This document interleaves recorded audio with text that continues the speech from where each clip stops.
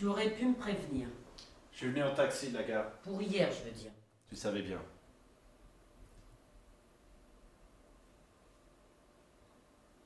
Quand est-ce que tu viens nous voir? C'est ce que ma mère disait lorsque je lui parlais au téléphone 1 ou 2 fois par trimestre. Souvent moins. Quand est-ce que tu viens nous voir? Bientôt. J'en avais pas l'intention. J'avais fui ma famille et n'éprouvais aucune envie de la retrouver. Tu veux quelque chose? Non. Allez, oui, un petit café. Les traces de ce que l'on a été dans l'enfance perdurent, même si on a désiré s'éloigner de ce passé. Et par conséquent, le retour dans le milieu d'où l'on vient, dont on est sorti dans tous les sens du terme, est toujours un retour à soi et un retour sur soi. Des retrouvailles avec un soi-même autant conservé que lié. Regarde. C'est qui? C'est ton père. Tu ne l'as pas reconnu. C'est parce que ça fait longtemps que tu ne l'as pas vu.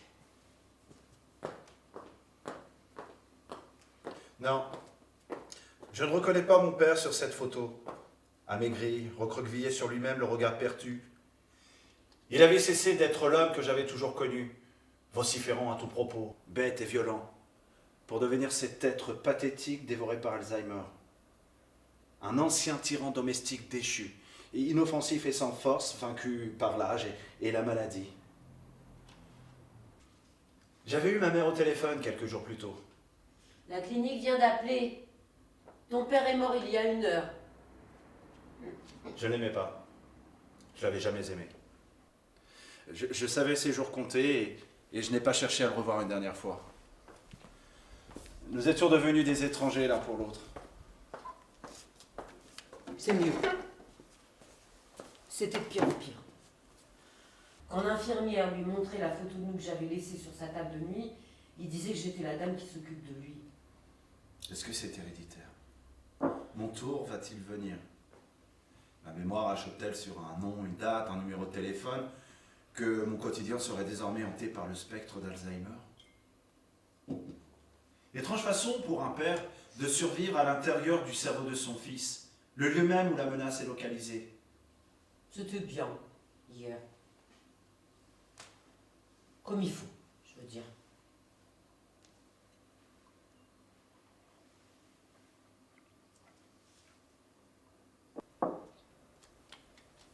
Je ne suis pas allé à ses obsèques. Je n'avais pas envie de revoir mes frères dont je n'ai plus de contact depuis plus de 30 ans. Ah, Comment les retrouver après autant de temps? là, c'est lui, mais devant la maison de sa mère.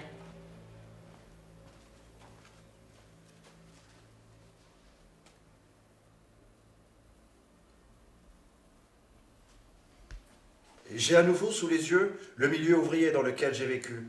Et c'est incroyable de voir à quel point les corps photographiés du passé se présentent au regard comme des corps sociaux, des corps de classe. La sphère du privé, et même de l'intime, telle qu'elle ressurgit dans de vieux clichés, nous réinscrit dans la case du monde social d'où nous venons. Et lui, c'est qui? Ah, c'est le dernier de ton frère. Tu l'as jamais vu. Et qu'est-ce qu'il fait dans la vie? Maintenant, il est maçon, il gagne bien sa vie.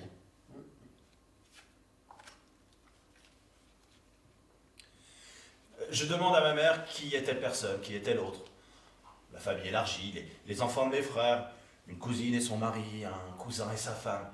Et à chaque fois, je pose la même question. Qu'est-ce qu'il fait dans la vie? Lui il travaille à l'usine, lui dans les caves, celui-là, il est CRS, Et celui-là? lui il est au chômage, mais ils sont pas malheureux. Quand je continuais de voir mes parents qui habitaient toujours à Reims, dans la cité dans laquelle j'ai vécu, une gêne difficile à décrire et à cerner s'emparait de moi devant des façons de parler et des manières d'être si différentes de celles des milieux dans lesquels j'évoluais à Paris. J'étais plein de malaise devant des préoccupations si éloignées des miennes. Devant des propos où un racisme primaire et obsessionnel se donnait libre cours dans chaque conversation. Sans qu'on sache très bien ni comment, ni pourquoi, tout sujet abordé, quel qu'il soit, y ramène inéluctablement. À chaque fois le même malaise. Et ce sentiment déroutant d'être à la fois chez soi et dans un univers étranger. Pour être franc, cela me devint presque impossible au bout de quelques années. Et ces jeunes-là, c'est qui? Ah bah c'est les enfants de Brigitte. Lui au milieu, c'est Dominique. Il est... il est comme toi. Quand il a annoncé à sa mère qu'il était... Enfin, tu me comprends qu'il était comme toi. Gay? Oui. Ça. Eh bien, elle l'a fichu à la porte de chez eux. C'est ton frère qui lui a fait changer d'avis en lui disant qu'avec une attitude pareille, il ne pourrait pas recevoir son propre frère chez lui. Je l'ai connu moins tolérant. Tu ne reconnais plus personne. Avec l'énergie du désespoir, j'ai voulu ne plus faire partie de ce milieu ouvrier. Je suis, à n'en pas douter, un transfuge de classe. Ma rupture avec ma famille peut s'expliquer par mon homosexualité, par l'homophobie foncière de mon père et celle du milieu dans lequel j'ai évolué. Mais peut-être qu'il s'agit d'une rupture de classe. J'ai été un enfant gay, un adolescent gay et pas voulu être un fils d'ouvrier. Et pourtant... Si quelqu'un me fait une remarque, je lui fous mon poing sur la gueule.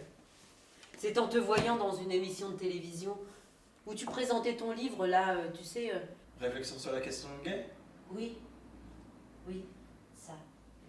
Eh bien, ton père, il s'est mis à pleurer. C'est qu'il était si fier de toi.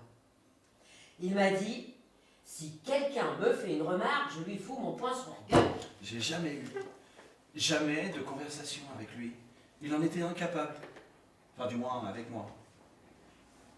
Et moi avec lui. Je ne sais pas grand-chose de lui, mais je suis certain qu'il portait en lui le poids d'une histoire écrasante. Ah, ton père n'a pas eu la vie facile. Il était l'aîné d'une famille très nombreuse. Sa mère a eu 12 enfants.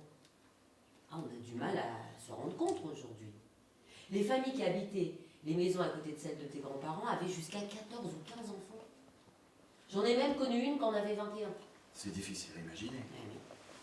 En 40, ton père avait 11 ans. Et pendant toute la durée de l'occupation, il a cherché de quoi nourrir sa famille. En plein hiver, il faisait des dizaines de kilomètres à vélo pour trouver des pommes de terre. Bah, il devait s'occuper de tout, ou presque, chez lui. Bon, après la guerre, toute la famille a déménagé dans un quartier du foyer Raymond. Pour conjurer les dangers d'une enfance ouvrière mal logée et livrée à la rue, la prolifération anarchique des mauvais garçons et des filles amorales, les philanthropes champenois fondent une société qui se consacre à la création d'un habitat bon marché, le foyer Rémois, chargé de construire des cités-jardins, offrant des logis spacieux, propres, salubres, accessibles aux familles de plus de 4 enfants, avec une chambre pour les parents, une chambre pour les garçons et une chambre pour les filles. Les maisons n'avaient pas de salle de bain, mais il y avait l'eau courante. Alors, les gens se lavaient à tour de rôle à l'évier de la cuisine. Reims était une ville séparée en deux par une frontière de classe très marquée. D'un côté, la grande bourgeoisie et de l'autre, les ouvriers pauvres. Il s'agit aussi, en encourageant la natalité et les valeurs familiales, de détourner les ouvriers des tentations de la résistance politique. Et il y avait le parti. À l'époque, on disait tout simplement le parti. Ton père, ses frères, son père, et de mon côté, mon beau-père et mon frère, ils allaient tous ensemble aux réunions du parti. Être communiste à l'époque n'avait à peu près aucun rapport avec le désir de voir s'instaurer un régime qui aurait ressemblé à celui de l'URSS. Il s'agissait d'une protestation et non d'un projet politique. Ce qu'il nous faudrait, C'est une bonne révolution. Ces expressions toutes faites étaient plutôt liées à la dureté des conditions de vie et au caractère intolérable des injustices, plutôt qu'à la perspective d'instaurer un système politique différent. C'était simple. Il y avait ceux qui sont pour l'ouvrier, nous, la gauche, et ceux qui sont contre l'ouvrier, eux, la droite, les Richards, les gros bonnets. Aujourd'hui, la gauche, la droite, il n'y a plus de différence. Ils sont tous pareils. Et c'est toujours les mêmes qui payent. Ça. Qui remplit désormais le rôle que jouait le parti? Vers qui les plus démunis, les exploités peuvent-ils se tourner pour se sentir exprimés, soutenus? Qui tient compte de ce qu'ils sont, de ce qu'ils vivent, de ce qu'ils pensent, de ce qu'ils veulent? La révolution conservatrice et ses... Tu m'agaces toujours autant avec tes grands discours. Tiens, regarde. Là, c'est le jardin, derrière la maison de tes grands-parents. Tu sais, là où il y avait les cabanes à lapins de ta grand-mère. Et vous leur donnez à manger avec tes frères de l'herbe, des carottes, jusqu'à ce qu'ils finissent dans notre assiette les dimanches ou les jours de fête. Tu sais que ta grand-mère ne savait ni lire ni écrire. Je suis illettré, qu'elle disait. Mais elle le disait sur un ton qui n'exprimait ni la colère ni la révolte. Non, non, juste cette soumission à la réalité telle qu'elle est. Ton grand-père, lui, il était ébéniste. Il travaillait dans une usine où on fabriquait des meubles. Et pour arrondir les fins de mois, il en fabriquait aussi chez lui pour les voisins. Il s'est tué littéralement à la tâche pour nourrir sa famille, sans jamais prendre le moindre jour de repos. Il est mort à 54 ans. Ta grand-mère, elle avait la santé fragile. Elle est morte une dizaine d'années après lui, d'épuisement. Elle avait 62 ans. Pour gagner sa vie, elle faisait des ménages dans les bureaux. Et un soir, en rentrant du travail, en plein hiver, elle a glissé sur une plaque de verglas, elle s'est cognée la tête, s'en est jamais remise. Elle est morte quelques jours après.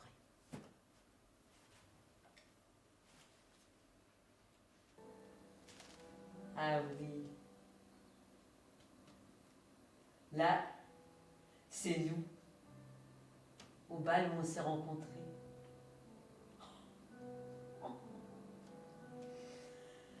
Le bal populaire le samedi soir au foyer Rémois. Les bals de quartier à l'époque, c'était notre unique sortie de la semaine.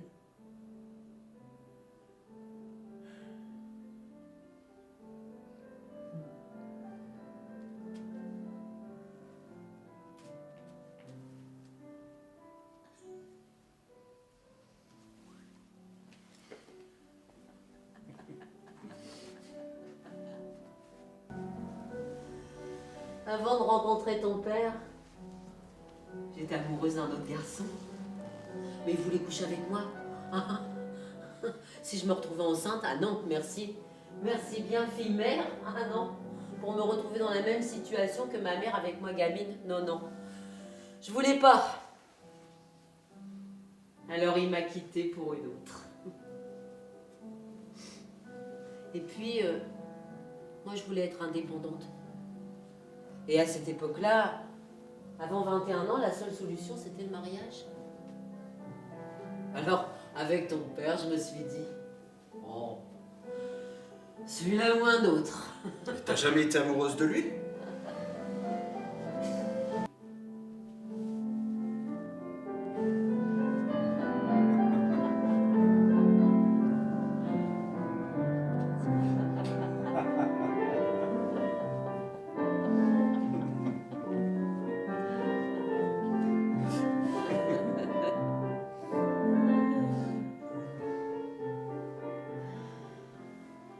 Sa mère ne voulait pas qu'il parte.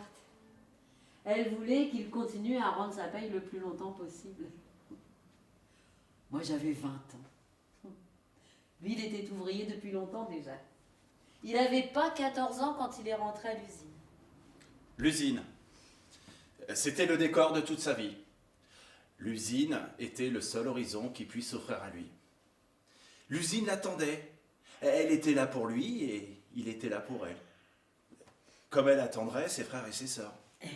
On allait à l'école jusqu'à 14 ans parce que c'était obligatoire. Et on arrêtait l'école à 14 ans. Parce que ça ne l'était plus. Voilà. À quoi ça sert d'obliger les enfants à continuer d'aller à l'école si ça leur plaît pas, alors qu'ils préféreraient travailler? Non. Rester à l'école le plus longtemps possible, c'est bon pour les fils d'eux, ceux qui ont les moyens. Bon. Remarque, pourquoi pas, hein, si ça leur plaît. Jamais dans ces familles, on s'interroge sur le goût ou l'absence de goût pour les études. L'élimination scolaire passe le plus souvent par l'auto-élimination et la revendication de celle-ci, comme s'il s'agissait d'un choix. C'est comme s'il y avait une frontière infranchissable entre les mondes sociaux. Mais c'est dans l'ordre des choses, voilà Mais on tout. voit pas comment fonctionne cet ordre. Mais enfin, chacun est libre. Enfin, moi, je trouve quand même qu'obliger des jeunes d'aller à l'école jusqu'à 16 ans, franchement, c'est pas malin. L'âge de l'exclusion scolaire s'est déplacé. Mais les barrières sociales qui existent entre les classes restent les mêmes. Mais rien n'a changé. L'égalité n'existe pas. L'école n'est que la reproduction et la justification de l'ordre établi. Mais à qui tu Et parles? il faut un nouveau regard. On doit pouvoir permettre aux individus de penser et de voir ce qu'ils font et ce qu'ils sont différemment. Et peut-être ainsi changer ce qu'ils sont et ce qu'ils font. Sinon, tout est joué d'avance. Les verdicts sont rendus avant même qu'on ait pu en prendre conscience. Oh, laisse ma boîte. Mon père n'a même pas eu la possibilité de se présenter au certificat d'études. Il a dû être ouvrier. Quand tu étais tout petit, il travaillait très tôt le matin. Il travaillait dans une usine jusqu'en début d'après-midi. Et en fin d'après-midi, il allait dans une autre usine pour ajouter quelques heures à son salaire. Non seulement il a dû être ouvrier, mais en plus, il l'a été 2 fois. Moi, j'aidais comme je pouvais, en faisant des lessives et des ménages.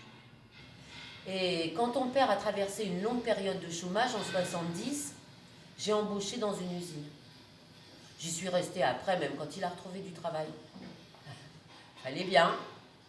Tu voulais passer ton bac, aller à l'université. À l'époque, il ne m'est pas venu à l'esprit d'aller gagner ma vie pour venir en aide à mes parents.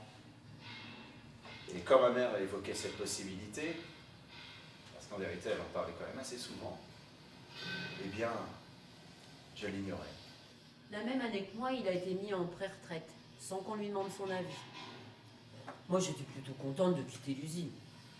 Avec la chaleur, le bruit, les gestes répétitifs. Ça vous ronge à petit feu. On était usés, fatigués. Ton père a travaillé en usine de 14 à 56 ans. Ça lui a fait tout drôle de ne plus rien avoir à faire. Il était bricoleur. Il aimait travailler le bois. Et moi, bien sûr, je ne savais rien faire de mes 10 doigts. Mais dans cette incapacité voulue, j'investissais bien sûr le désir de ne pas lui ressembler. Mais n'aurais-je pas pu apprendre quelque chose de lui? Plus tard, j'allais comprendre qu'on pouvait aimer les livres, en lire et en écrire, et s'adonner en même temps avec passion à des activités manuelles. Cette nouvelle me perturbera profondément. De même que certains de mes amis aiment à regarder le sport à la télévision, me perturbera profondément aussi. Moi qui, précisément, pour me définir comme intellectuel, était passé par la détestation des soirées football. Là, c'est toi. Tu as 12 ou 13 ans. Et là, c'est notre Simca à ronde noire. Notre première voiture. Avant, on circulait à mobilette. Mais un jour, ton père a dérapé dans un virage sur les gravillons. Et ton frère qui était à l'arrière a eu la jambe cassée. Alors on a acheté une voiture. Une noire. C'est ton père qui a choisi la couleur. Mais j'avais obtenu l'examen avant lui. Il trouvait ça tellement déshonorant d'être assis à côté de sa femme au volant qu'il préférait conduire sans permis. Et il devenait vraiment fou et méchant quand je lui disais que c'était dangereux, que ce serait mieux si c'était moi qui reprenais le volant. Bon, après, il a eu son permis, tout est rentré dans l'ordre. C'est-à-dire que c'est toujours lui qui conduisait, même quand il avait trop bu. Mais il voulait pas que ce soit moi. Au début, quand on a eu la Simca, les dimanches, on allait pique-niquer dans les bois et dans les prés. On allait à la sablière. C'était bien. L'été, évidemment, pas question de partir en vacances, on n'en avait pas les moyens. Nos voyages se limitaient à la visite en une journée d'une ville de la région. Nancy, Charleville, Laon. Quand ton père se trompait de chemin ou ratait un embranchement, il se mettait à hurler comme si sa vie et la nôtre en dépendaient. Exactement. Oh, tout son cinéma là. On riait pas trop, mais on riait quand même. Ah, le plus souvent, quand il faisait beau, on allait sur les bords de la Marne, près des villages du Champagne. Oui, on allait à la pêche. Quelquefois avec tes oncles et tantes et leurs enfants. Et le soir, on mangeait les poissons que nous avions pêchés. Je les lavais, je les passais dans la farine, hop, dans la poêle. Toi, tu adorais ça. Ouais. Tu disais que c'était délicieux. Ouais. Oui, et à la pêche, il devenait un autre homme. Il nous apprenait les gestes et les techniques nécessaires, et il nous donnait des conseils. Et je me souviens, on passait la journée à interpréter ce qui se passait ou ce qui se passait pas. Ouais, ça mord. Bon, ça mord pas aujourd'hui. Alors on cherche à comprendre pourquoi, en incriminant la pluie ou la chaleur ou le moment trop précoce ou trop tardif dans la journée.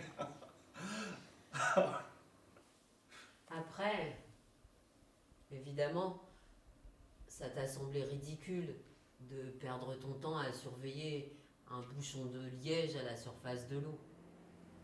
Toi, tu voulais lire.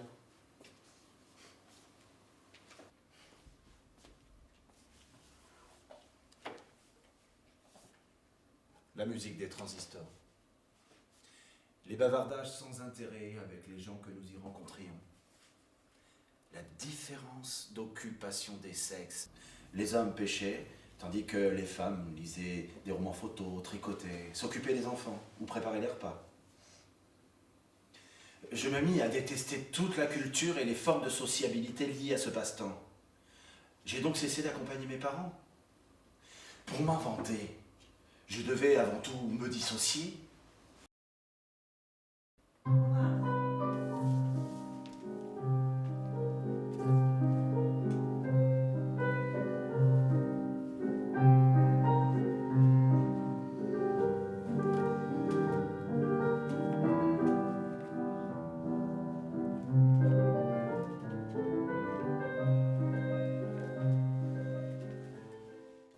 Il était très, très beau. Un maçon. Il était espagnol. Non, andalou. Et ce sont les seules informations dont tu disposes. Mes parents n'étaient pas bien vieux quand ils ont fauté.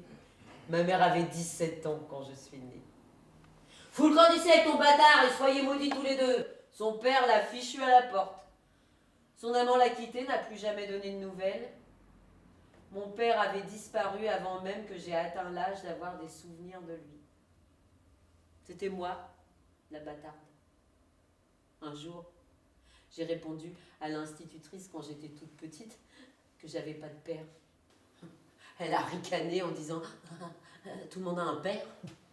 Le mien, j'en suis sûre, c'était un gitan. Le beau gitan.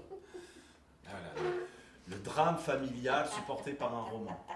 Mais j'en suis sûre. D'ailleurs, rappelle-toi, la fois du voyage de l'entreprise de ton père. Quand le car s'est approché de Grenade, eh ben c'est bien simple, je frissonnais. C'est bizarre, c'est sûrement parce que c'était mon pays. Et puis, il y avait les gitans au restaurant qui jouaient de la guitare.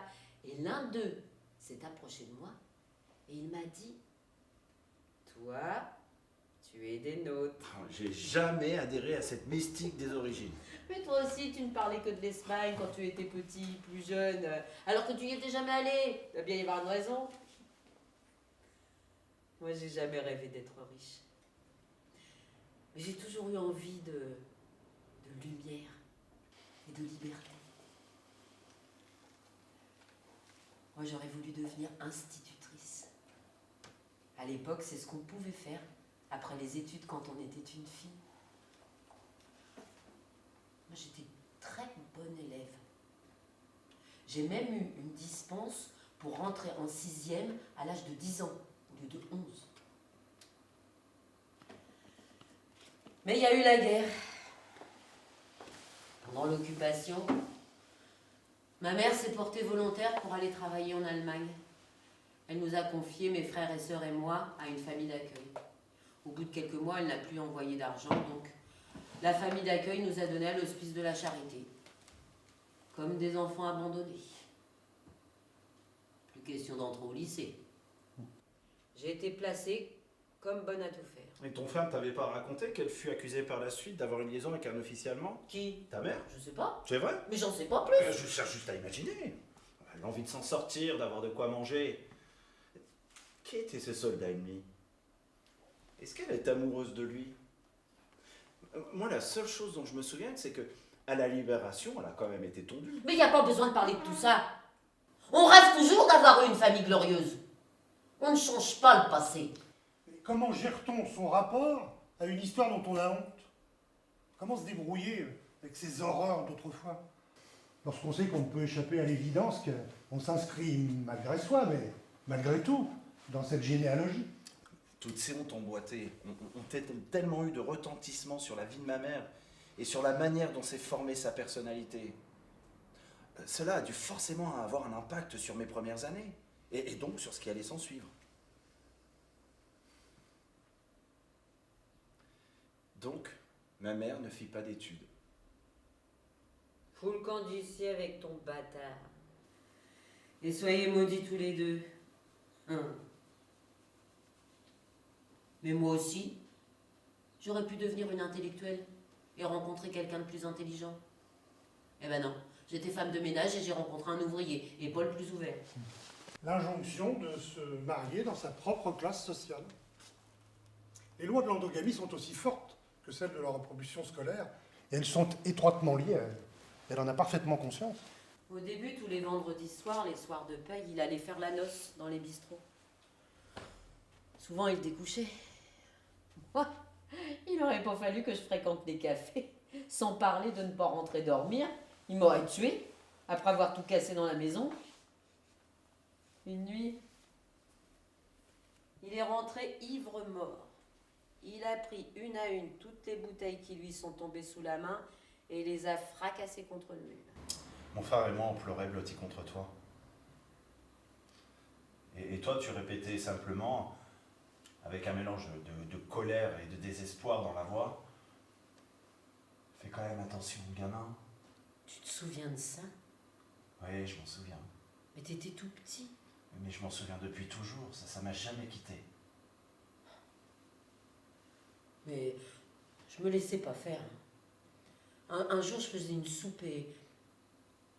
Là, il est allé vraiment trop loin.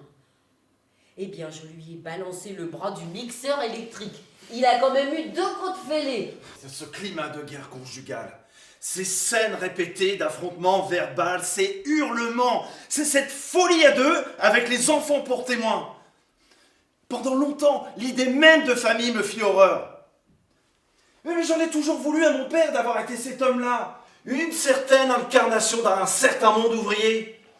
Mais quand on n'a jamais vécu ce passé ou appartenu à ce milieu, on ne rencontre ça que dans les films ou dans les romans. Ah, ça, c'est sûr, c'était du Émile Zola. Mais t'en as jamais lu une ligne. Oh, il y a des livres, il n'y a pas besoin de les avoir lus pour savoir qu'ils sont importants. Oui, c'est vrai. Et quand on a vécu ce passé et appartenu à ce milieu, il est malaisé de l'assumer et de le revendiquer comme sien. Mais as-tu bien conscience que ta manière de raconter suppose de ta part et de la part des gens qui nous écoutent d'être extérieur socialement à ces milieux et à ces gens qui vivent toujours les modes de vie que nous nous efforçons de restituer ici?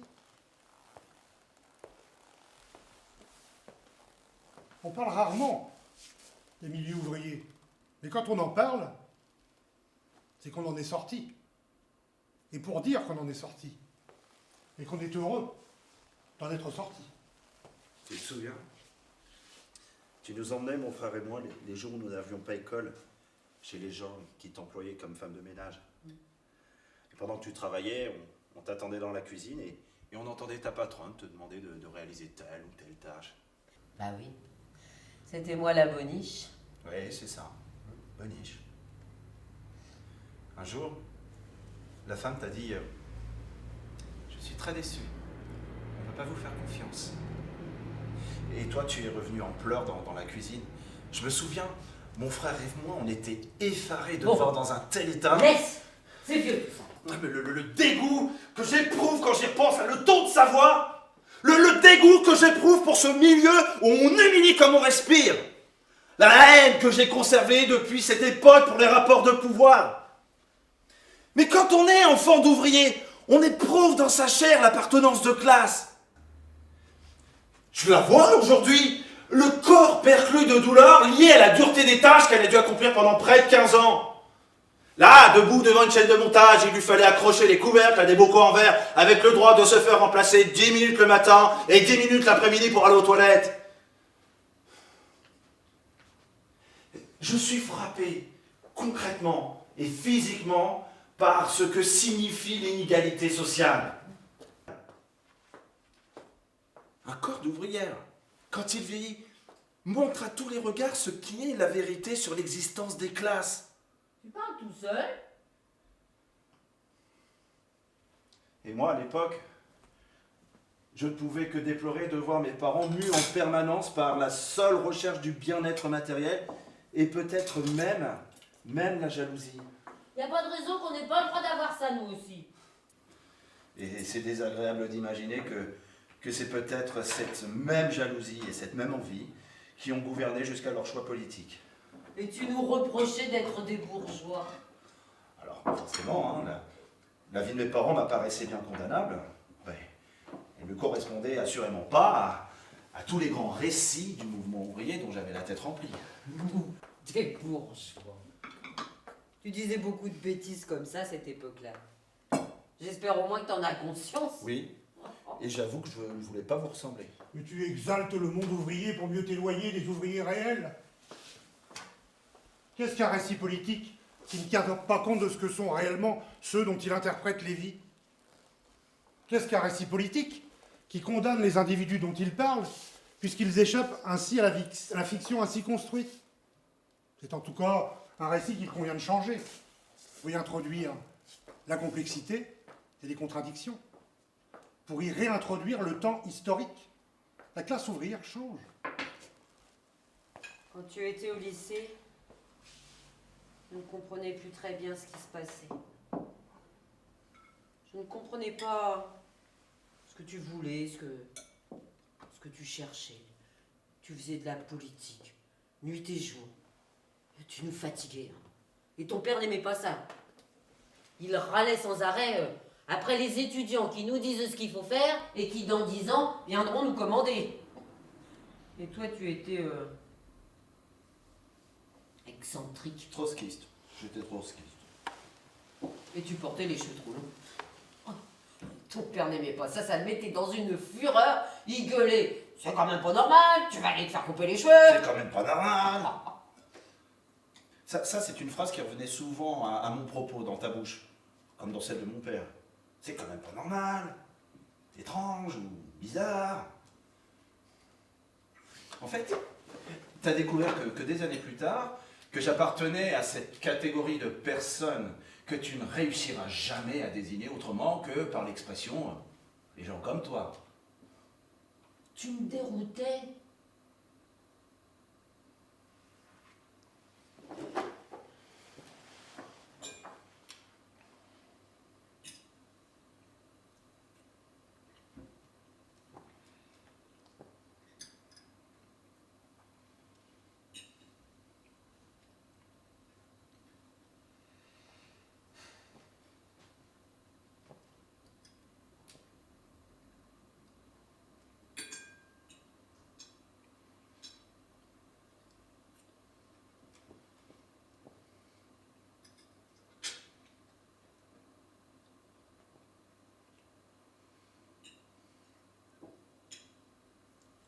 cherche apprenti.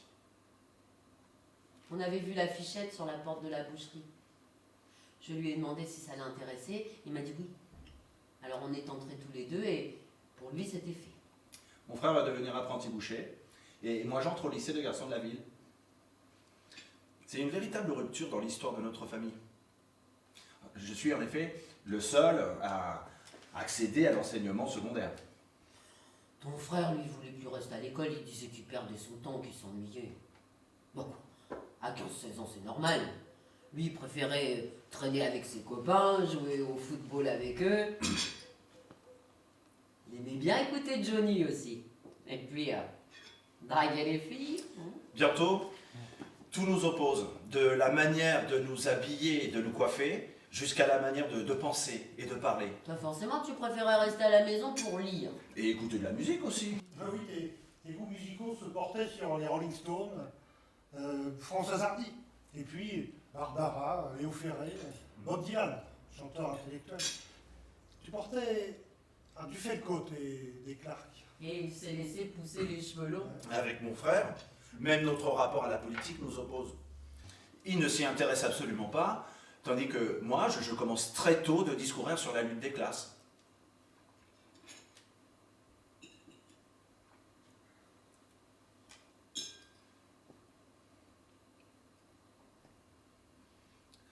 J'éprouve toujours une certaine gêne quand on me demande ce qu'il fait dans la vie. Et je m'arrange pour ne pas dire la vérité. Et il fait son service militaire, se marie aussitôt et a très vite 2 enfants. De mon côté, je ne deviens ni boucher, ni ouvrier, mais autre que ce à quoi j'étais socialement destiné. Ton frère, ça fait 35 ans que tu l'as pas vu. Il est devenu un étranger pour toi. Oui, Aujourd'hui, il vit des aides sociales en Belgique à cause de son incapacité physique. Porter des carcasses d'animaux pendant des années, ça lui a détruit les épaules. j'ai jamais cherché à le voir. En fait, j'ai jamais eu envie. Mais lui, il t'ouvrirait la porte. À partir du moment où il accepte ce que je suis. Si nous ne nous voyons pas, c'est moi le responsable.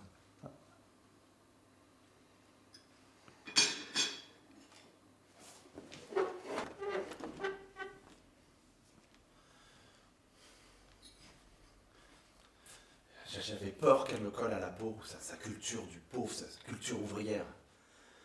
Et il me fallait exorciser le diable en moi. Il me fallait apprendre le goût pour l'art.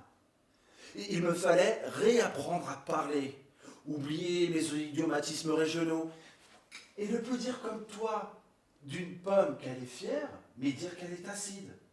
Ou corriger mon accent du nord-est et mon accent populaire en même temps. Bref, contrôler en permanence ton langage et ton élocution. Oui, et il me fallait choisir, et j'ai choisi. Je me suis choisi. La liberté te grisait, les joies d'échapper à ton destin. Cela laissait peu de place pour le remords et la culpabilité. Tes 2 plus jeunes frères considèrent que tu les as abandonnés. Ils ont beaucoup souffert de cet abandon. Ah. C'est vrai que j'y avais jamais songé. Mais qui suis-je pour eux? Un fantôme. Tu es devenu un fantôme dans leur vie. Évidemment, après, ils ont parlé de toi à leur femme et à leurs enfants. Mais tu les as jamais rencontrés. Et quand Francis a divorcé, sa femme, qui t'avait jamais vu, lui a balancé « Ton frère Didier, c'est qu'un pédé qui a abandonné sa famille. » Comment pourrais-je dire que c'est faux?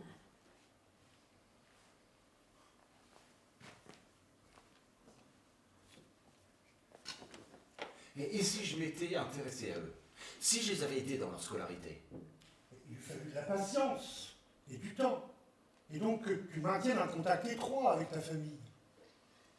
Est-ce que cela aurait empêché l'élimination scolaire et la reproduction sociale? Et si j'avais suivi le même chemin qu'eux? Est-ce que je serais devenu comme eux? Alors toi, je t'imagine pas voter Front National. Ah oui, il y a ça aussi. Que mes frères votent pour un parti qui m'inspire une profonde horreur semble obéir à une fatalité sociologique. J'ai pas été le gardien de mes frères. Et j'avoue que j'ai un peu de mal à pas me sentir coupable. Eh ben c'est un peu tard. Oui, mais la société est en guerre.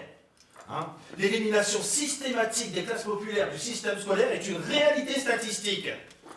Et dans le fonctionnement le plus banal de ces mécanismes, la société est en guerre. Une guerre implacable menée par les classes dominantes, menée par un ennemi invisible, ou au contraire, trop visible.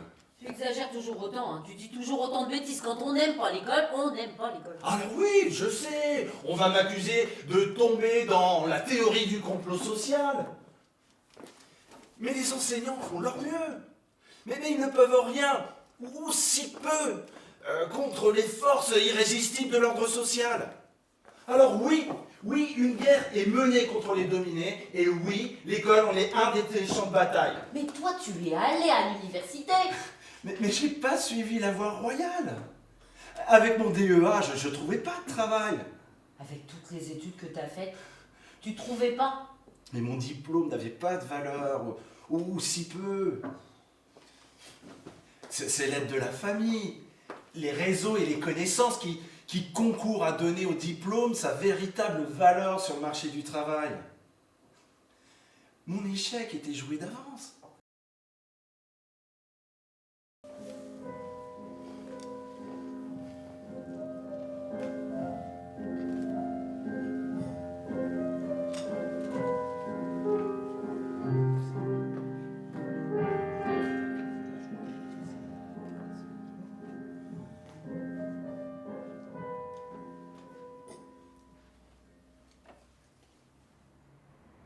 Non. Je te dis que non. J'en ai su. Ton père, tes frères, peut-être. Mais moi, non. Jamais. Que s'est-il passé?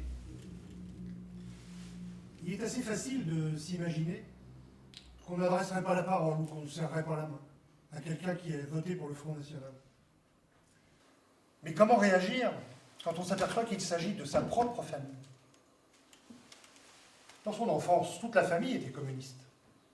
Comment a-t-elle pu devenir une famille où il a paru ordinaire d'accorder son suffrage à l'extrême droite ou à la droite? C'est le cas de mes frères. Comme ça a été le cas de mon père, et comme lui, d'un nombre non négligeable d'ouvriers communistes. Mais que s'est-il passé? En 68, Marcel Jouandeau lance aux étudiants qui manifestent « Rentrez chez vous, dans 20 ans, vous serez tous des notaires !» C'est à peu près ce que pensait mon père. Comment pourrais-je croire aujourd'hui qu'il avait tort? C'est bien ce qui s'est produit. Alors, notaire, peut-être pas, mais notable, à n'en pas douter. Ou tout du moins, installé politiquement et personnellement dans le confort de l'ordre social et dans la défense du monde tel qu'il est, c'est-à-dire tel qu'il convient parfaitement à ce qu'ils sont devenus désormais. En fait, dès que la gauche socialiste arrive au pouvoir, on ne parle plus d'exploitation ni de résistance, mais on parle de modernisation nécessaire, on parle de refondation sociale. On ne parle plus rapport de classe, on parle vivre ensemble. On ne parle plus de destin social, mais de responsabilité individuelle. L'exaltation du sujet autonome. La notion de lutte des classes a disparu du paysage politique de la gauche officielle.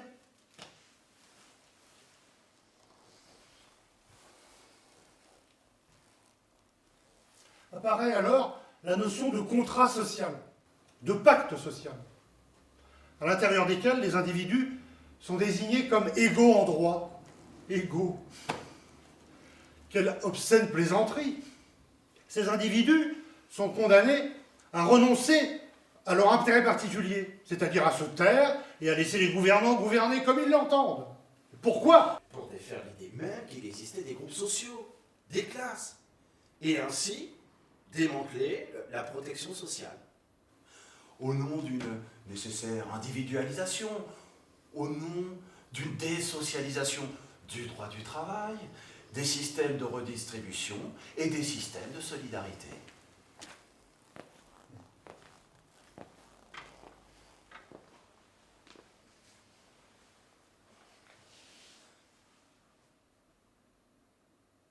Le mot travailleur est devenu un mot grossier. Et ces discours et ces projets qui sont jusqu'ici ceux de la droite et ressassés inlassablement par la droite, en mettant en valeur la responsabilité individuelle contre un soi-disant collectivisme, deviennent peu à peu ceux d'une bonne partie de la gauche. Aujourd'hui, c'est pas seulement le mouvement ouvrier, ses luttes et ses traditions qui ont disparu des discours politiques et de la sphère publique. Mais ce sont les ouvriers eux-mêmes, leurs conditions de vie, leur culture, leurs aspirations.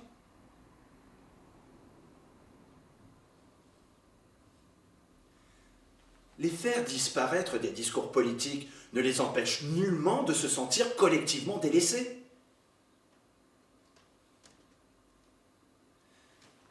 La haine que j'éprouve devant l'hostilité que les nantis et les installés politiques expriment en permanence face aux manifestations, aux grèves, aux résistances populaires. Des pans entiers des couches les plus défavorisées se tournent donc, comme un effet quasi automatique de redistribution des cartes politiques, vers le parti qui semble être le seul à se préoccuper d'elles.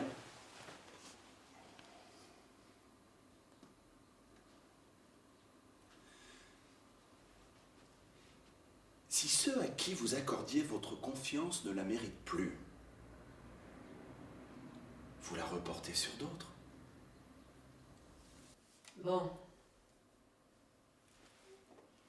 Bon d'accord, je l'ai fait, mais une seule fois. Maman, non! Mais c'était pour donner un coup de semonce parce que ça n'allait pas.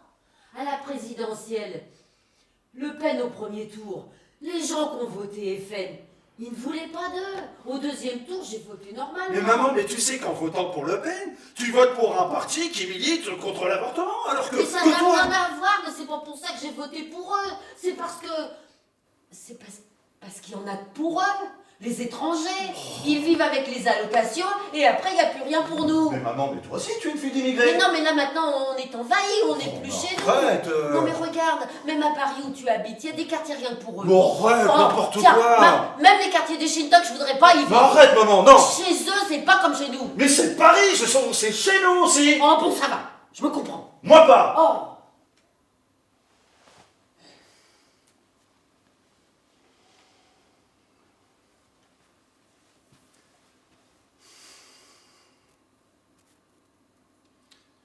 Le retour à Reims n'est pas un parcours aisé.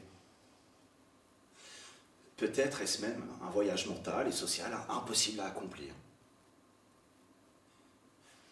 Aussi paradoxal que cela puisse paraître, je suis persuadé que le vote des milieux populaires pour le Front National doit s'interpréter, du moins en partie, comme le dernier recours pour défendre leur identité collective, ou tout du moins une certaine dignité. Mais la dignité requiert que l'on n'ait pas l'impression de se sentir comme quantité négligeable ou comme de simples éléments dans les tableaux statistiques, c'est-à-dire des objets muets de la décision politique, voués dès lors à l'impuissance. Parce que cette impuissance, elle devient rage. Les passions négatives l'emportent. Le résultat est là, inéluctable. Et à qui la faute? À qui la faute si le recours a un tel visage? Aujourd'hui, l'opposition entre ouvriers et bourgeois s'est dégradée sous la forme d'une opposition entre gens d'en haut et gens d'en bas. Avec les gens d'en haut perçus comme favorisant l'immigration et ceux d'en bas comme souffrant de celle-ci dans leur vie quotidienne, accusés d'être responsables de tous leurs maux. Dans le discours de ma famille à une certaine époque, et surtout dans ceux de ma mère, coexistaient deux formes de partage entre eux et nous. Un partage soi-disant ethnique, les Français, les étrangers, et un partage de classe, les riches et les pauvres. Et certaines circonstances politiques ou sociales permettaient de déplacer l'accent plutôt sur l'un ou plutôt sur l'autre. Les grandes grèves unissaient les travailleurs, quelles que soient leurs origines, contre les patrons. Mais depuis, c'est très largement l'absence de mobilisation ou de perception de soi comme appartenant à une classe sociale mobilisée ou solidaire qui a permis à la division raciste de supplanter la division en classe. Enfin, je peux quand même dire ce que je veux. Je suis quand même chez moi.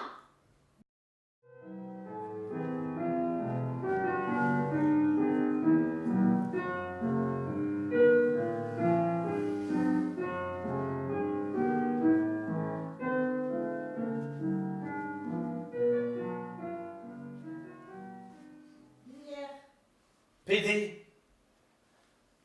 Ah, Reims, combien de fois je me suis fait traiter de PD?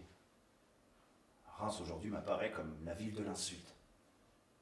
PD, Tantouze, Tata, Tapette.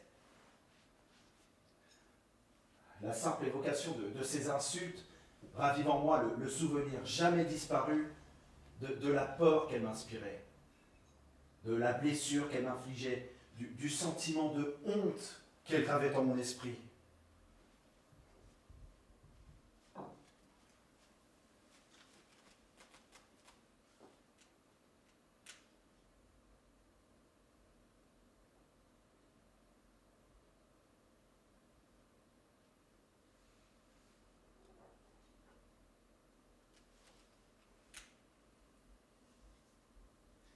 Il avait un joli prénom. Et moi, un prénom banal, j'avais 14 ans. Il était fils de professeur d'université. Il me fascinait. Et il ne serait pas excessif de dire que j'étais amoureux de lui.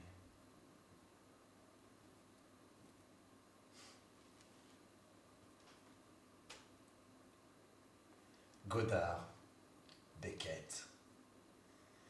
Il m'apprenait tout ça. Et surtout l'envie d'apprendre tout ça. Alors moi aussi, je me mettais à parler de Godard, dont je n'avais jamais rien vu, et de Beckett, dont je n'avais jamais rien lu. Je me mettais à jouer au même jeu, mais sans avoir les mêmes atouts. J'apprenais à tricher. Je déguisais mon inculture en une attitude hautaine et méprisante. Qu'importe la vérité. Je m'inventais une culture, en même temps qu'un personnage et une personnalité. Bref, le moment où le sentiment de honte se transforme en orgueil. J'avais 20 ans, ma vie était parisienne, Reims loin derrière moi, j'y allais plus. Par 2 fois, j'ai passé l'agrégation, mais impossible d'y réussir, je ne suivais pas la voie royale. Alors, si j'étais sauvé, c'est grâce aux ressources qu'offre la subculture gay. Un garçon avec qui j'avais une liaison a invité à dîner une de ses amies. Elle travaillait à Libération. Nous avons sympathisé, nous sommes revus, elle m'a demandé des articles, je me suis accroché, j'ai rien lâché et je suis devenu journaliste. Journaliste littéraire. Je profite de mes premiers salaires pour écrire des livres.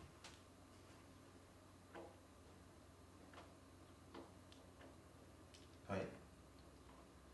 Il se pourrait que le ressort de ma trajectoire miraculeuse ait été mon homosexualité. Je suis marqué par un verdict de classe et un verdict sexuel. Je porte en moi la marque de l'un et de l'autre.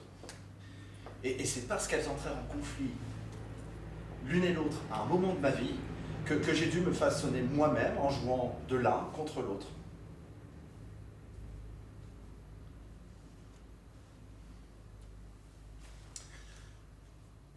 Après avoir passé la journée avec toi à ouvrir de vieilles boîtes de photos et à redécouvrir mon enfance de fils d'ouvrier, je me suis demandé pourquoi je n'avais jamais eu l'idée ou l'envie de réfléchir sur cette histoire-là.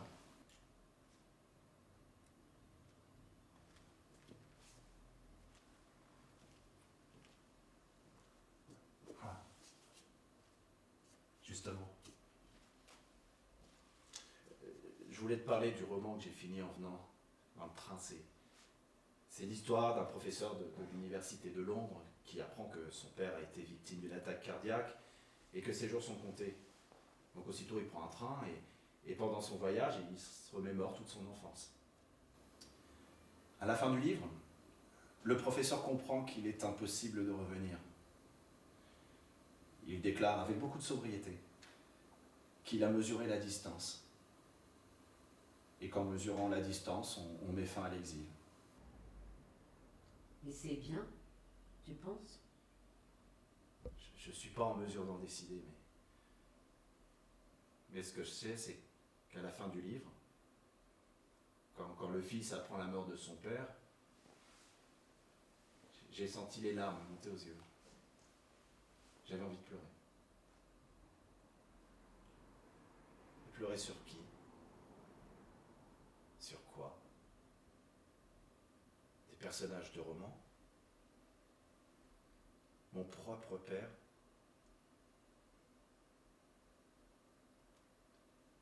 Je regrette de ne pas l'avoir revu une dernière fois. Je regrette de ne pas avoir cherché à comprendre ou tenter de lui parler autrefois. Je regrette d'avoir laissé la violence du monde social l'emporter sur moi, comme elle l'a emporté sur lui. Je regrette aussi Quand est-ce que tu viens me voir? Bientôt.